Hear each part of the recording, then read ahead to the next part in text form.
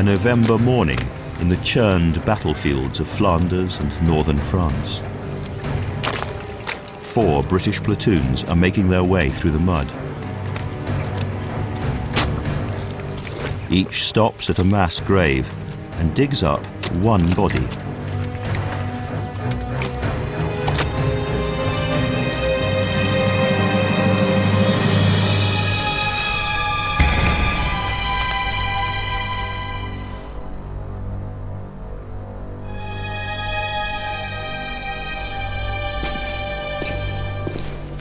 At midnight, a British general is blindfolded.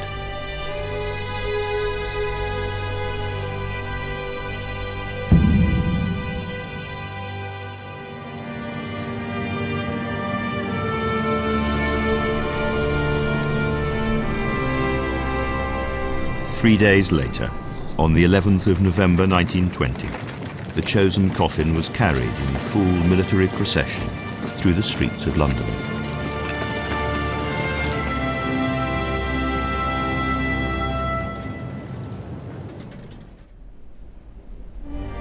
In a solemn ceremony, the body was then buried deep in the sand below Westminster Abbey.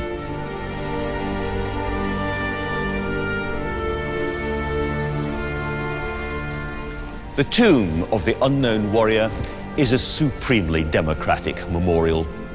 Millions of bereaved people could half believe that the person buried here was their own father, husband, son, brother, or friend. At the time, some people thought it was too democratic, almost a bit common.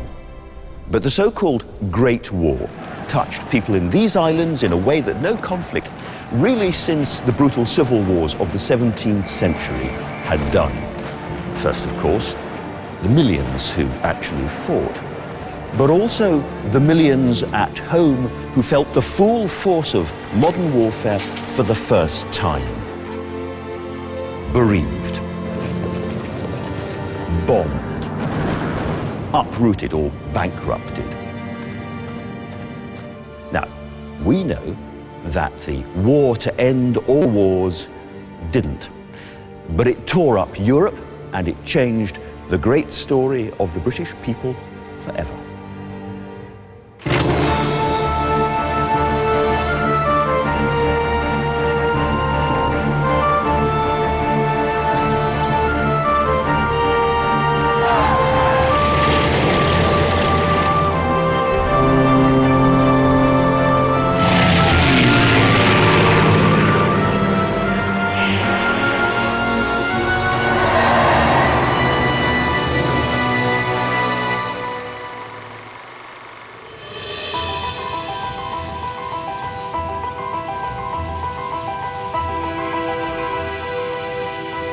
Sunday, the 23rd of August, 1914, was a nerve-wracking day for Britain. In Belgium, British troops had just faced the Germans in battle for the first time. But the Prime Minister was distracted, as he often was. Henry Herbert Asquith was enjoying a weekend in the country, here at Lymm Castle on the Kent coast. The 61-year-old Premier was busy writing, not to his generals, but to a 27-year-old woman called Venetia Stanley. Asquith wrote to Venetia Stanley most days, sometimes several times a day, and often right in the middle of crucial cabinet meetings. With his lengthy love letters and his leisurely country house weekends, Asquith himself was beginning to look as dated as the posh politics of Edwardian Britain. After one of those weekends, a hostess asked him, "Mr. Asquith, do you take an interest in the war?" Asquith thought she was joking, but soon it was a question on many people's lips. Two men in Asquith's cabinet were taking a ferocious interest in the war. The Chancellor, David Lloyd George, was already speaking like the war leader Asquith plainly wasn't. while along at the Admiralty, Winston Churchill was hyperactively trying to think of ways to win the war at sea. But it was the Secretary of State for War, the imperial war hero, Lord Horatio Kitchener, who really understood what Britain was in for. It was clear to Kitchener that Britain's professional army, 250,000 men compared to Germany's 4.5 million, was nothing like big enough to win the war, and so he set about creating a citizens' army. And he was remarkably successful. Your country needs you. And his accusing finger had a dramatic effect. By September 1914, 750,000 men had signed up. Kitchener's army would go on to become the biggest volunteer army raised by any country in history.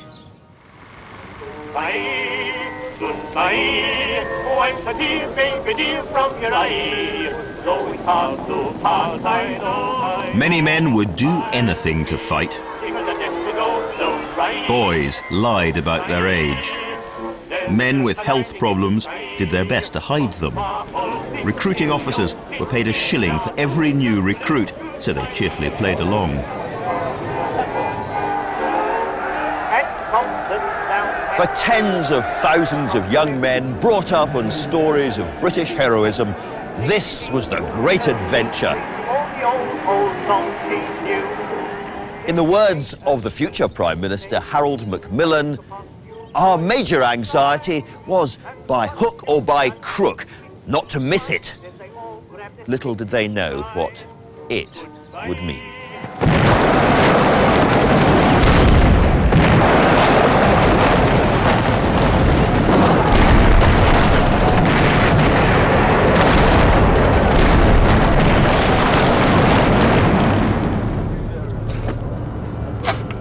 Within 3 months, the war on the Western Front had frozen into deadlock. The German advance through Belgium and France had been halted. Both sides had dug in. The trenches stretched nearly 500 miles from Ostend in the north all the way to the Swiss border. The meat grinder war had begun.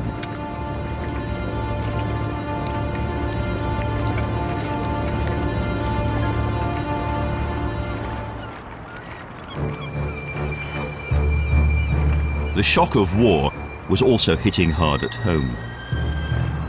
At 8 o'clock in the morning of the 16th of December 1914, 8 German warships appeared off the northeast coast of England.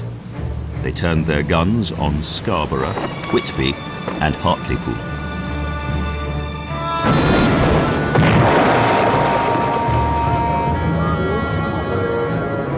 "127 men, women and children were killed.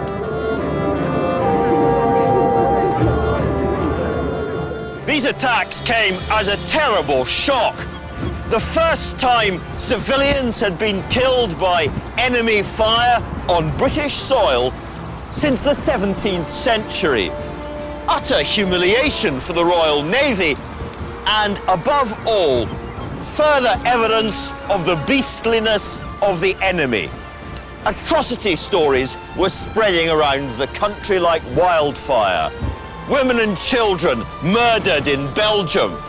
Wounded soldiers bayoneted. And of course, by April 1915, the world's first use of poison gas on the Western Front.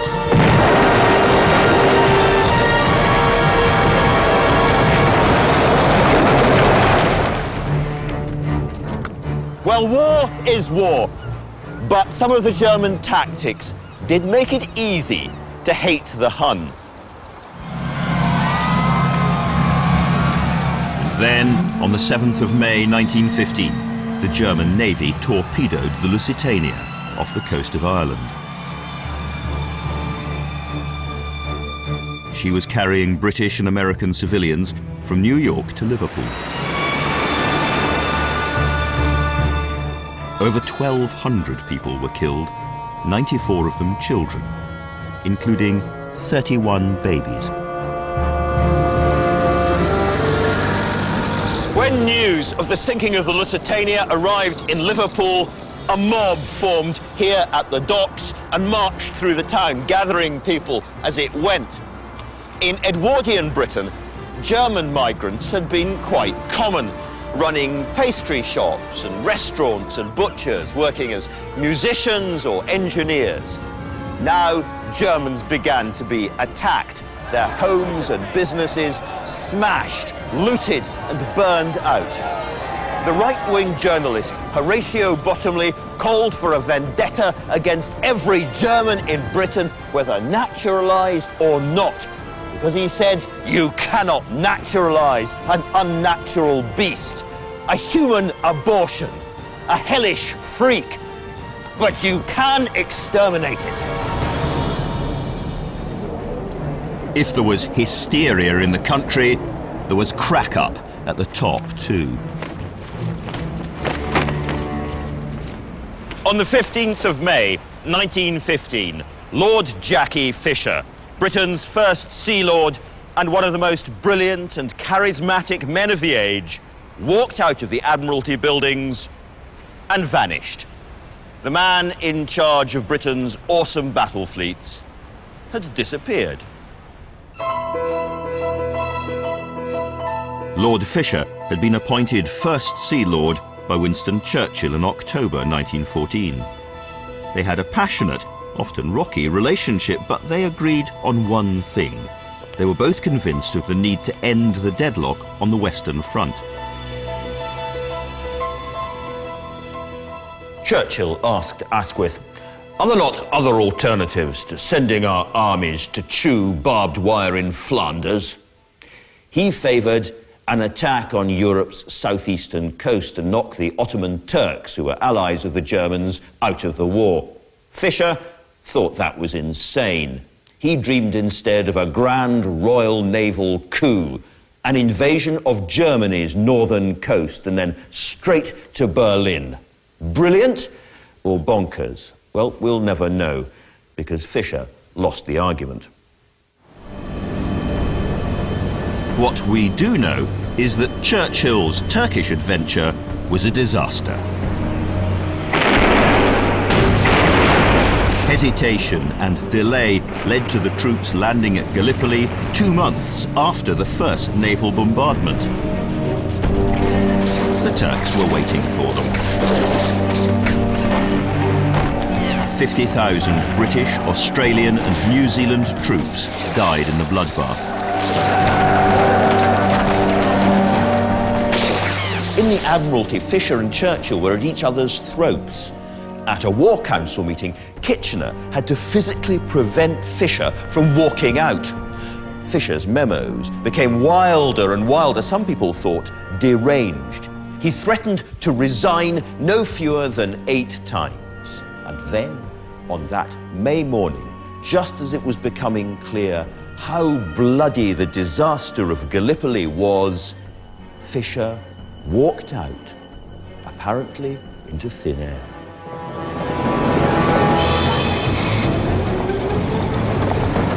Government officials were sent all over London to hunt him down. It turned out that Fisher was in fact hiding just a few hundred yards from the Admiralty in a room here at the Charing Cross Hotel. When Fisher was finally tracked down, Asquith ordered him in the name of the King to return to his command. By now, there were rumours that the German fleet was at last on the attack. The Queen wrote to Fisher, begging him to stay at his post like Nelson. The King said his admiral should be hanged at the yardarm for desertion. Fisher sent an ultimatum to Asquith. He would return, but only if Churchill was kicked out of the cabinet. He also demanded absolute control of all naval appointments and sole command of the Royal Navy. This was the kind of fantasy of a constitutional coup that many generals and admirals might have dreamt about, but nobody, before or since, has actually dared to propose it to a British Prime Minister.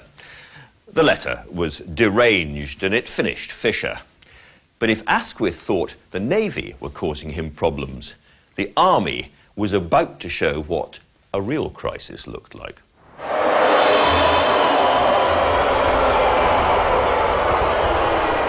Just 6 days after Fisher's breakdown, there was uproar on the floor of the London Stock Exchange. Hundreds of men were shouting, jeering, and setting fire to bundles of newspapers. The burning papers were copies of that day's Daily Mail, whose owner, Lord Northcliffe, had used it to announce a scandal on the Western Front. Lord Kitchener was starving the British Army of high-explosive shells, the kind you need to blow up trenches. The public was outraged, not by that, but by the newspaper's attack on the country's greatest soldier. You can't kick Kitchener.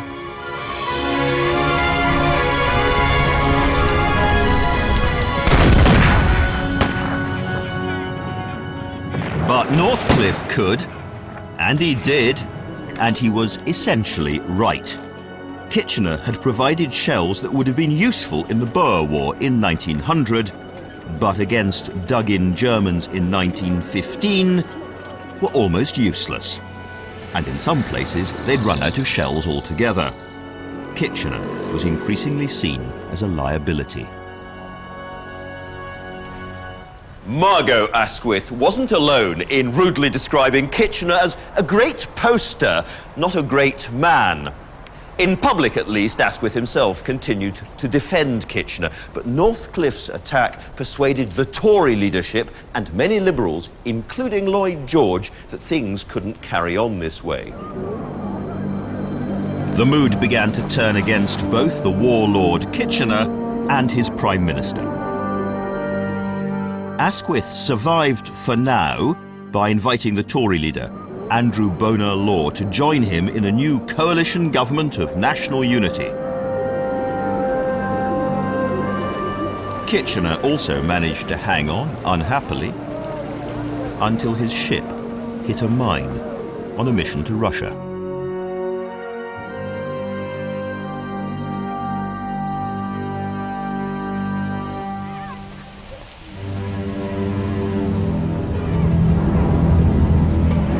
On the night of the 31st of May 1915, a new terror appeared over London.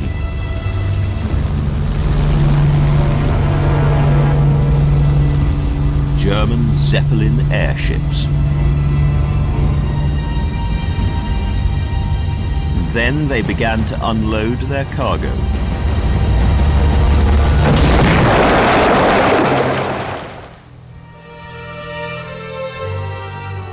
The first bomb ever dropped on London landed here at number 16 Alcombe Road in Stoke Newington. It bounced off a neighbour's chimney, lodged in the rafters and set fire to the upstairs bedroom. The family escaped. Many others didn't. Henry and Caroline Good of 187 Balls Pond Road in Dalston were discovered by a policeman still kneeling at their bedside. Their bodies charred, their clothes burned away. Mr. Good's arm was still around his wife. They had died while praying.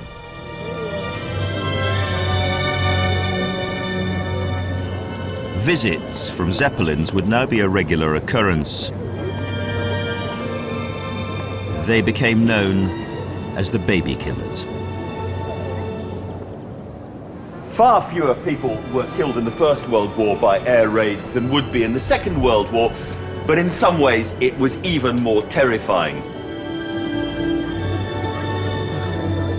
People who'd only just got used to the idea of human flight were confronted by 500-foot balloons lobbing death, and air raid precautions were laughably inadequate. You didn't have much time to scarper. But the invention of the incendiary bullet gave a way to fight back. In September 1916, millions watched as Lieutenant Leif Robinson attacked a German airship over North London with the new weapon.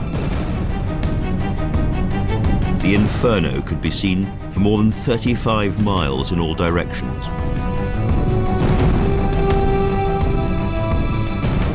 The airship crashed to the ground behind this pub, the Plough Inn in the village of Cuffley, and the next day more than 10,000 sightseers swarmed over the wreckage. The Plough had soon sold out anything that could be eaten or drunk, and they had to bolt their doors against the crowds. One rather ghoulish highlight was the charred remains of the German airmen. A girl watched a pair of policemen playing ball with their helmets over the charred corpses.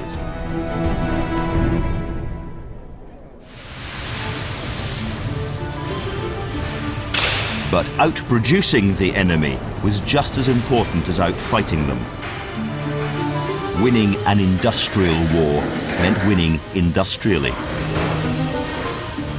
And so the human dynamo, Lloyd George, now asked for the toughest job in politics, sorting out old-fashioned British industry to make more weapons. He built 50 new munitions factories. The largest was here at Gretna in Scotland. These ruined power stations are all that remain now. But in its day, this was the largest factory in the world. It employed 30,000 people and stretched out over an area of 9 miles. And into his new factories, Lloyd George poured a new workforce. With so many men away fighting, he turned to women.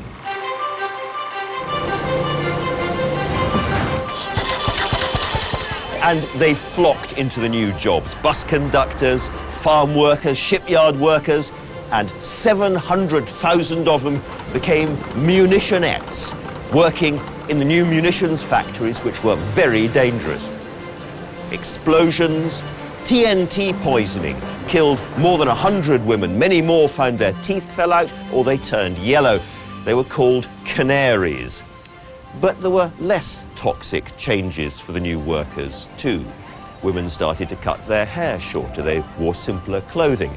They learned to smoke cigarettes. They learned about condoms. Among the many casualties of the Great War was the Edwardian woman. As munitions minister, Lloyd George was a phenomenal success. Within a year, the manufacture of heavy guns was up by over 1,000%.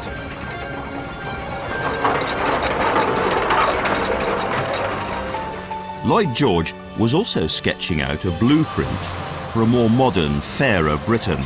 He extended welfare help for munitions workers and their families, providing new houses and flats and feeding them in canteens. Lloyd George chewed over the strange thought that the manufacturing of weapons of destruction was humanizing industry. And if you're looking for the real origins of the welfare state, they can be seen most clearly in what Lloyd George was up to in places like Gretna in 1916. A whole new town was created here to service the factory. With shops, a cinema, and a social hall.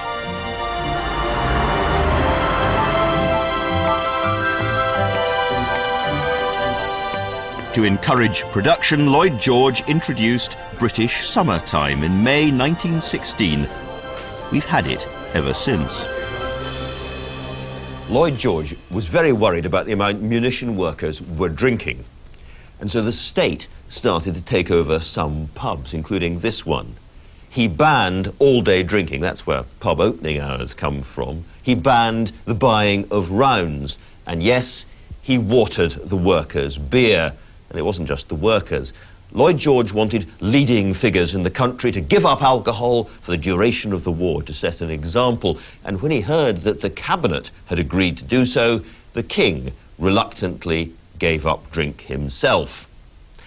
As for the cabinet, they weaseled out. Politicians, eh?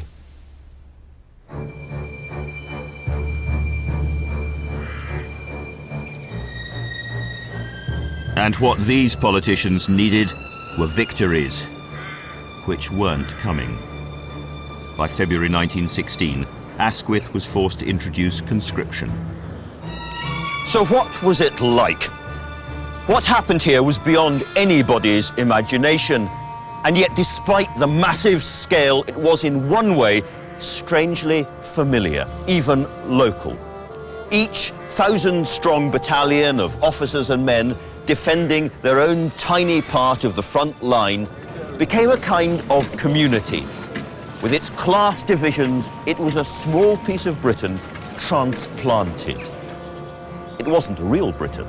There were no women, no trade unions, no strikes, and very few political arguments because all politicians were pretty much universally despised, along with the staff officers, who were allegedly living it up in chateaux, away from danger. Pack up your troubles in your old kit bag and smile, smile, smile. There were some comforts. British troops had rum and cigarettes. They ate better than the Germans and had shorter spells at the front line.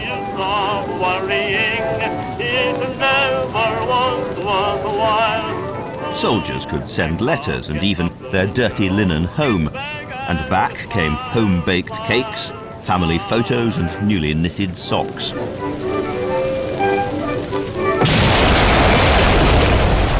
But none of that took away from the utter horror of what happened here. At times, the rain seemed to go on forever, turning the trenches into filthy little rivers infested with rats and lice. The noise was monstrous.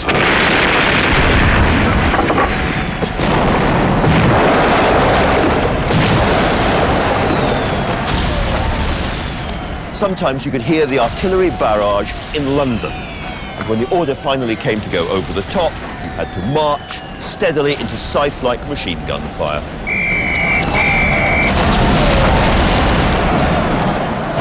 One war correspondent described the horrors of the front.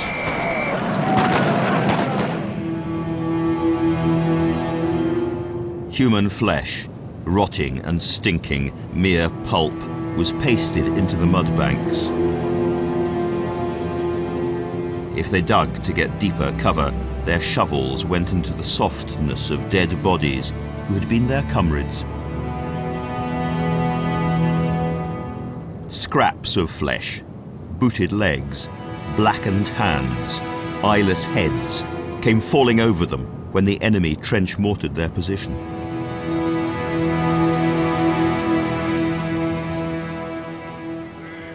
So how did these men possibly cope? Religion, yes, but humour was also absolutely essential. Some of it was pretty dark, like the habit of shaking hands with the hands of corpses protruding from the mud. Other times it was lighter. When Captain Fred Roberts discovered a smashed old printing press in the town of Ypres, he decided to mend it and produce his own newspaper. It was called the Wipers Times. Wipers being how British troops mispronounced Ypres. This was a newspaper from the front, for the front. Oh, it's a lovely war. Who would be a soldier, eh? Oh, it's a shame to take the pay. So how did the men see themselves in the pages of their own local paper? Well, it's all terribly British and understated. What do we want with eggs and ham? Whipping up plum and ham. One ad asks, "Are you going over the top? If so, be sure to first inspect our new line of velveteen corduroy plush breeches." Oh, it's a lovely war. The Wipers Times is a really important document because it reminds us that in the middle of horror, people were enjoying the same stupid jokes and gossip they always had done. Here's the authentic voice of 1916. Three Tommies sat in the trench one day discussing the war in the normal way. They talked of the mud and they talked of the Hun, of what was to do and what had been done. They talked about rum. But the point which they argued from post back to pillar was whether Notts County could beat Aston Villa. Oh, it's a lovely war.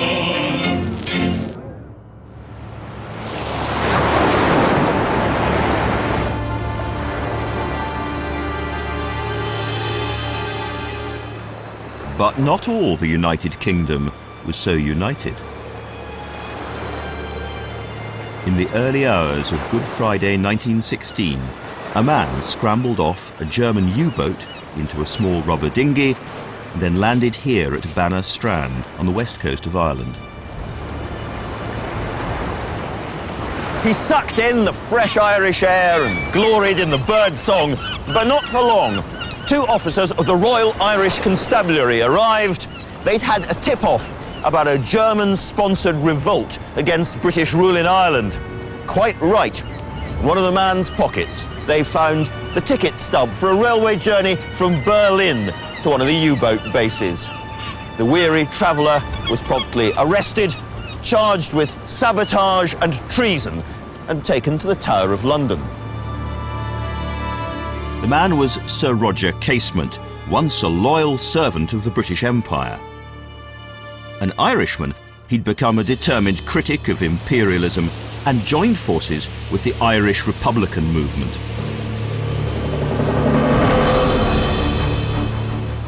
When war broke out, Casement decided that his enemy's enemy would be his friend.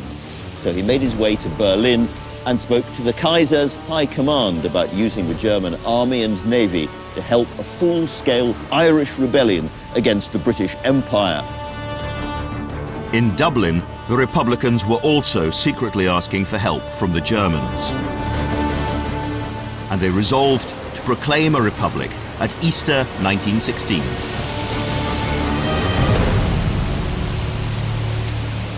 When Casement eventually heard about the plan, he went to the Germans to find out how they were going to help. From his point of view, the answer was bad news. 20,000 old rifles, but just enough ammunition for 2 or 3 days of heavy fighting, and above all, no German soldiers at all. This gave Casement a terrible dilemma. Either he'd come back and join a rebellion he knew was going to be a disaster, or he'd seem a coward. He decided to return to Ireland, but to plead with the rebel leaders to delay their uprising, and that was what he was doing here when he was arrested. In Dublin, the rebels decided to go ahead with the revolt, and on Easter Monday, they rose in rebellion.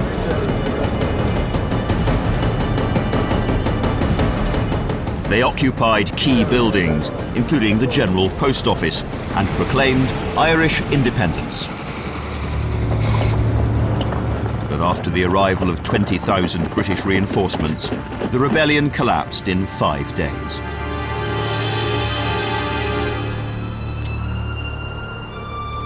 It had been a small-scale revolt. Just 1,600 rebels compared to the 150,000 Irishmen who'd volunteered to fight for Britain in the war.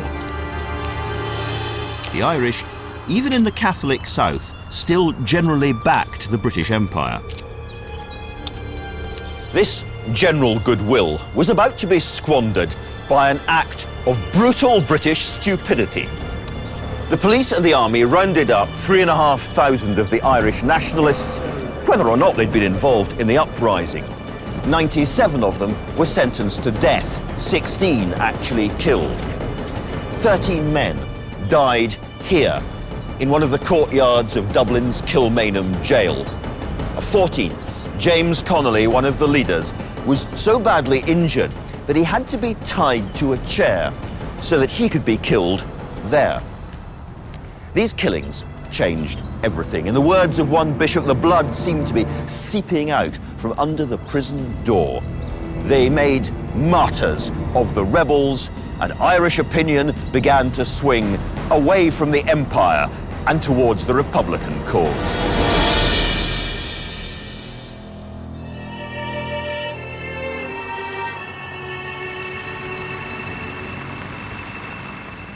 In London, there was an influential campaign for clemency for Roger Casement. It was even supported by the King. But then, in a search of his rooms, the police discovered Casement's private diaries. They became known as the Black Diaries.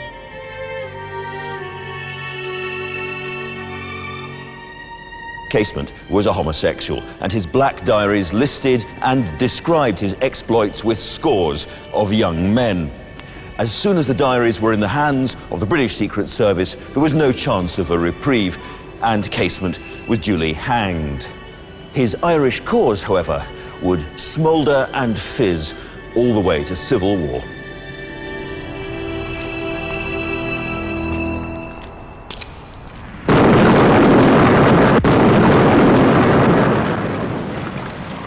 On the Western Front, the war was descending into a nightmarish paralysis.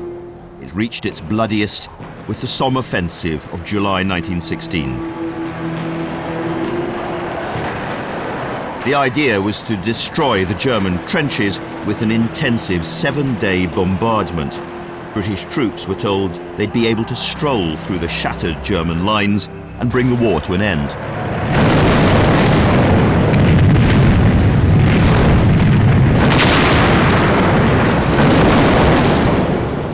Many of the British troops were absolutely convinced of victory. Captain Billy Neville of the 8th East Surreys painted a football with the words, "Great European Cup Tie Final. East Surreys versus Bavarians. Kick off at 0. Another football was painted with the words, "No referee." And when the attack started, both were kicked over the top.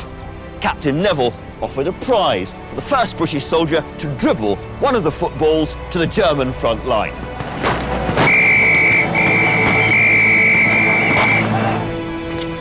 When he led his men over the top, Captain Neville was killed instantly. So too were 21,000 other British soldiers, most of them within the first hour. German troops had survived the bombardment in concrete bunkers 10 metres underground. British infantry had walked into an inferno of machine gun fire. The generals have been blamed, callous, stupid, skulking behind the lines. Not quite fair. 78 British generals were killed in the war, and this was a totally new type of dug-in, industrialised slaughter. In 1916, nobody knew how to win this kind of war. But we're still left with the frightened young officers blowing their whistles and leading their men to death. Take Captain D.L. Martin of the 9th Devons. He'd been a maths teacher before the war, and he used trigonometry and scale models to prove conclusively that an agreed line of attack must end with him and his men being cut down by a particular German machine gun post. He showed his superior officers and was told, "Sorry, you must attack." Captain Martin and 160 of the Devons were killed instantly. They're buried together in a mass grave, above which is written, "The Devonshires held this trench. They hold it still."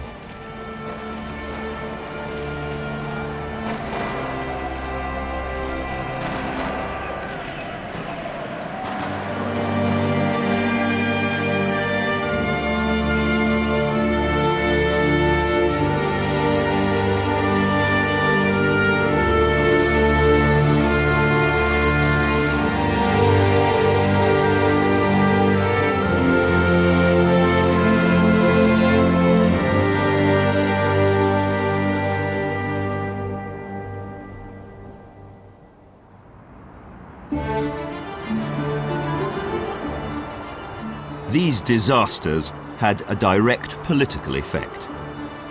Asquith had lost his own son in the fiasco of the Somme. Now it would cost him his political career. Lloyd George scented blood.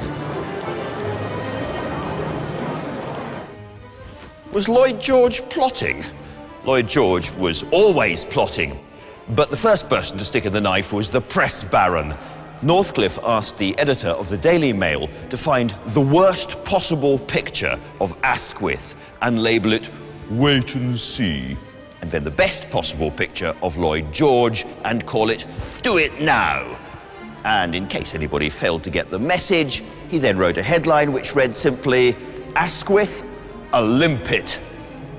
Politicians these days who complain about being roughed up by the press should stay in a little more and read some history. Lloyd George now joined hands with Andrew Bonar-Law and forced Asquith to resign. The King invited Lloyd George to form a new coalition government. The Liberal Party was split down the middle and would never really recover.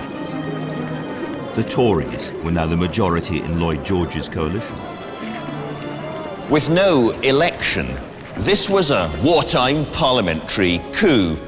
The socialist Beatrice Webb wrote in her diary that it was brilliant improvisation, reactionary in composition and undemocratic in form. Lloyd George remade British government.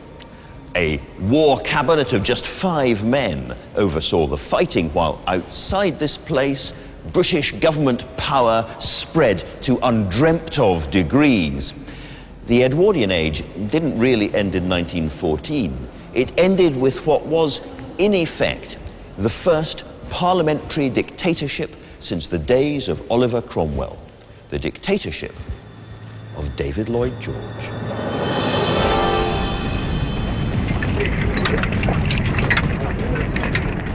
The first year of Lloyd George's parliamentary dictatorship would be a black one. The Battle of Passchendaele on the Western Front was another bloodbath that achieved little. France was crippled, its army mutinous. Russia, one of the key allies, fell to the Germans, and then to revolution. The United States was doggedly refusing to join the war. And most alarming of all, Britain was running out of food. The food crisis of 1917 was caused by a step change in German strategy. We tend to think of the U-boat menace as a Second World War affair, but actually the submarines were more dangerous first time round. The Germans knew that Britain imported 2/3 of her food and thought that a slaughter of merchant shipping might bring this country to surrender. But there was a problem. To make that effective, they would have to try to sink all ships coming into British ports, including American ships, which meant risking America coming into the war. Starving and desperate herself, Germany took the risk.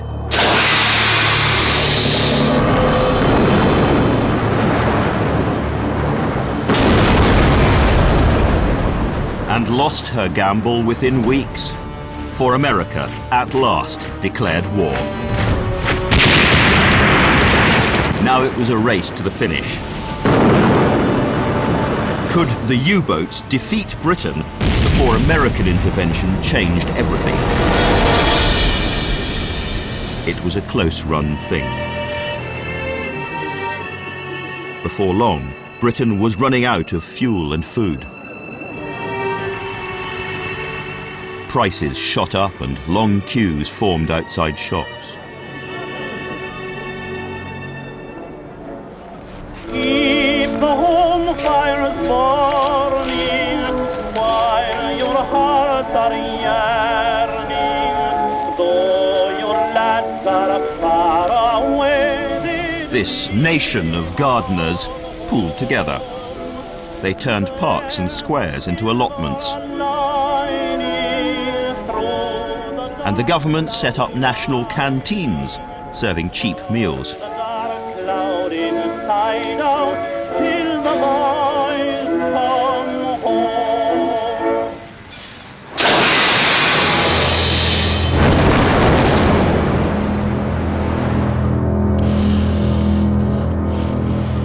And none of it was enough.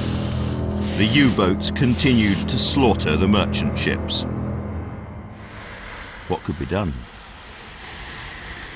The answer was staring the Admiralty in the face: organise the merchant ships in convoys. The Admiralty was sure this wouldn't work. A convoy is a lot bigger than a single ship. Once the U-boats found them, there'd be a turkey shoot. Obvious.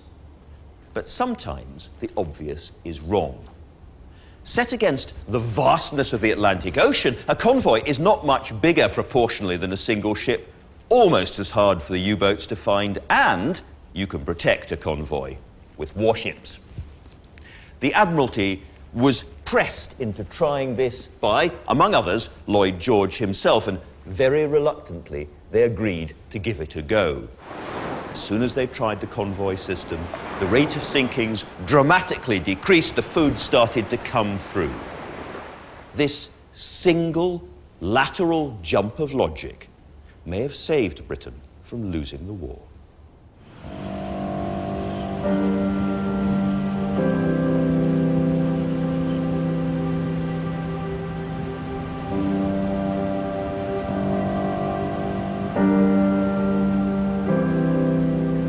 The beach at Formby, where the Mersey meets the Irish Sea, was a quiet place, even in wartime. In July 1917, a tall, striking-looking officer was walking here alone.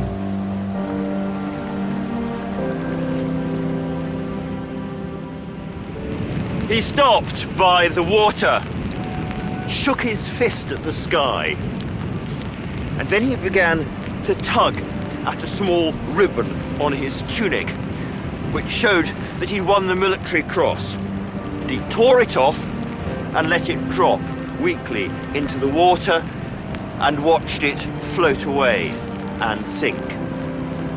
The man was Siegfried Sassoon, one of the greatest war poets ever and hero of the trenches. And he was in the middle of the worst crisis of his young life. Sassoon was in turmoil about the war. He'd been quick to enlist and was a brave and charismatic frontline leader. But he'd come to believe that the war was being fought for the wrong reasons. At home on leave, he wrote a public statement explaining why he felt he could no longer serve. A war of defense and liberation, he said, had become one of aggression and conquest. I am protesting against the political errors and insincerities for which the fighting men are being sacrificed, he said, and against the callous complacency with which the majority of those at home regard the continuance of agonies which they do not share and which they have not sufficient imagination to realize. Sassoon's statement was all the more explosive because he was a genuine war hero. Now he was determined to be a martyr. He knew he was risking court-martial, imprisonment, and even execution. Instead, the army tried to discredit Sassoon by packing him off to Craiglockett in Edinburgh, a hospital for officers suffering from the newly diagnosed condition of shell shock.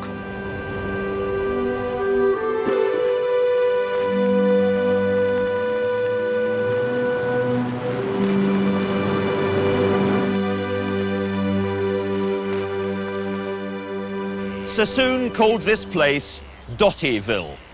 He was surrounded by the psychically shattered and shaking victims of the war. But he himself didn't really fit in. He was mentally and physically sound, and he spent his time playing golf, talking to other writers, and producing some of the great war poetry which has made his name live ever since. I see them in foul dugouts, gnawed by rats, and in the ruined trenches, lashed with rain, dreaming of things they did with balls and bats, and mocked by hopeless longing to regain bank holidays and picture shows and spats and going to the office in the train.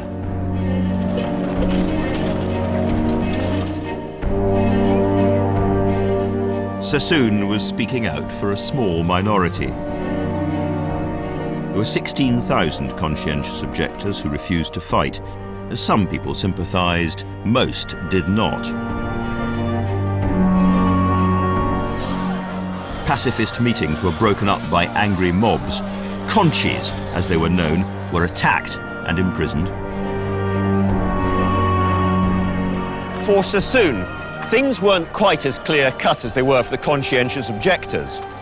He was torn between his intellectual contempt for the war and its leaders and his own feelings of comradeship and exhilaration in the trenches. However vile and murderous the fighting was, it gave him more of a sense of being alive than anything here at home among the sheep-like civilians. And in the end, he decided his place was with the fighting men. He returned to the army and eventually to the Western Front, where he survived. But for the rest of his life, he never lost that seething anger with the politicians. In the spring of 1918, a new German offensive, using troops returning from the Russian front, almost broke the British and the French armies. The new stormtroopers very nearly won the war. The British commander, Sir Douglas Haig, ordered, "With our backs to the wall, each one of us must fight to the end."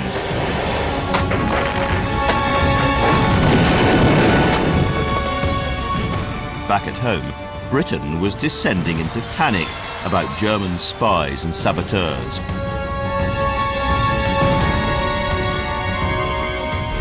In June 1918, a scandalous trial at the Old Bailey threatened to ignite this combustible atmosphere.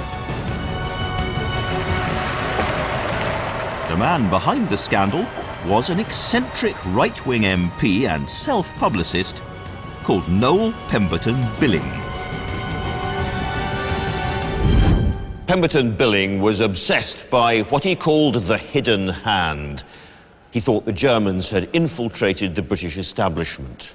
There was a German black book containing the names of 47,000 sexually depraved British men and women who'd been blackmailed into helping Germany win the war. It was, he said, a most Catholic list. It contained the names of privy councillors, cabinet ministers and their wives, diplomats, newspaper proprietors, and even members of His Majesty's household. In short, the Germans had the British establishment over a barrel. Billing's theory might have been ignored were it not for a private performance of Salome, a band play by Oscar Wilde. Its star was a risqué Canadian dancer called Maud Allen. Billing saw an opportunity to promote his obsession and pounced. He implied that Maud Allen was a lesbian and that her audience were among the 47,000 traitors named in the Black Book. Maud Allen took the bait and sued for libel at the Old Bailey. The British people were transfixed. There were huge daily queues for the public gallery. The atmosphere in court was described as pantomime, circus, farce. The gallery cheered like spectators at a football match. Billing's witnesses claimed that Asquith was in the Black Book, alongside his wife, Margot, and in an extraordinary twist, Billing even claimed that the man presiding over the trial, Britain's most famous judge, Justice Darling, known as Little Darling, was involved as well. This was the conspiracy theory to end them all. And the British public seemed to be falling for Billing's extraordinary claims about pro-German homosexuals in high places. Anxiety rippled through the corridors of power. There were even fears of a revolution, a people's revolt.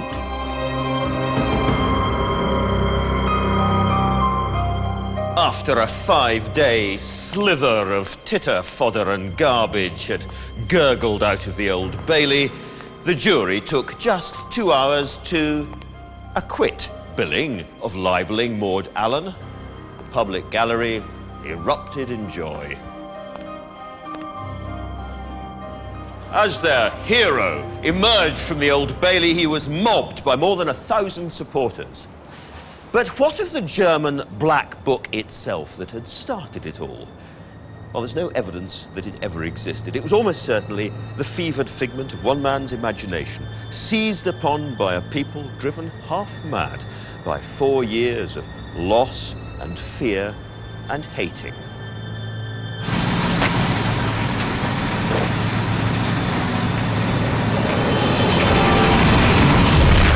But by the end of the trial, the fortunes of war were dramatically reversing. In July, the German advance was stopped, and by September, a ferocious counterattack by British, Canadian and Australian troops was smashing through German lines. These mostly forgotten battles formed one of the greatest military victories ever won by British forces. Finally, at 11 o'clock on the 11th of November 1918, the Germans formally surrendered and signed the armistice. The guns fell silent.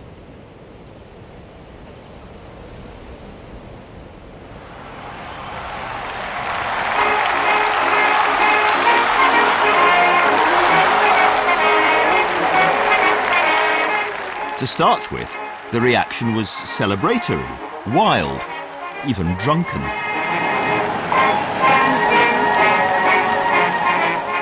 Lloyd George was hailed by the jubilant crowds as the man who won the war. But the crowds quickly sobered up and the mood darkened.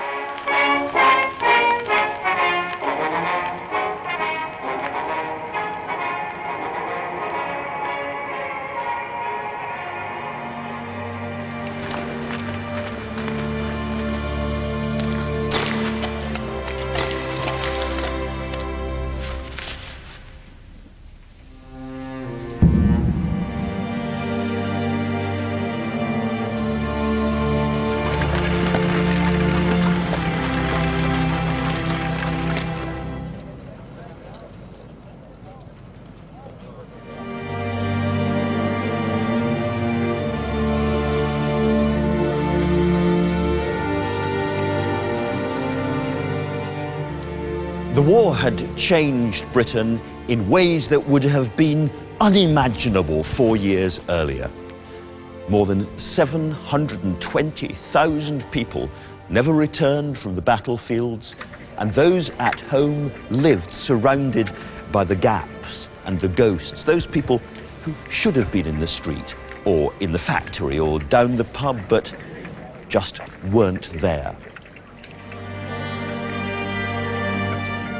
The civilians had pulled together and worked for the war effort as never before.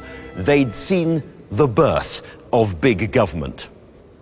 Perhaps no shock has ever hit these islands with quite the force of what they called, with, let's hope, an edge of bitter humour, the Great War.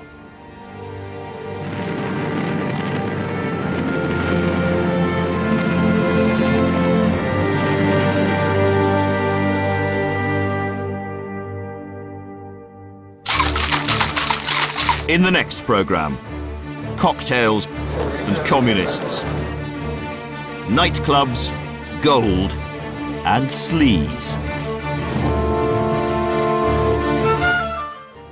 And the making of modern Britain continues next Wednesday night at 9. Tonight, and just starting on BBC Two, it's Buzzcocks, whilst here on BBC HD, we're diving off Mozambique with the graceful and awesome manta rays.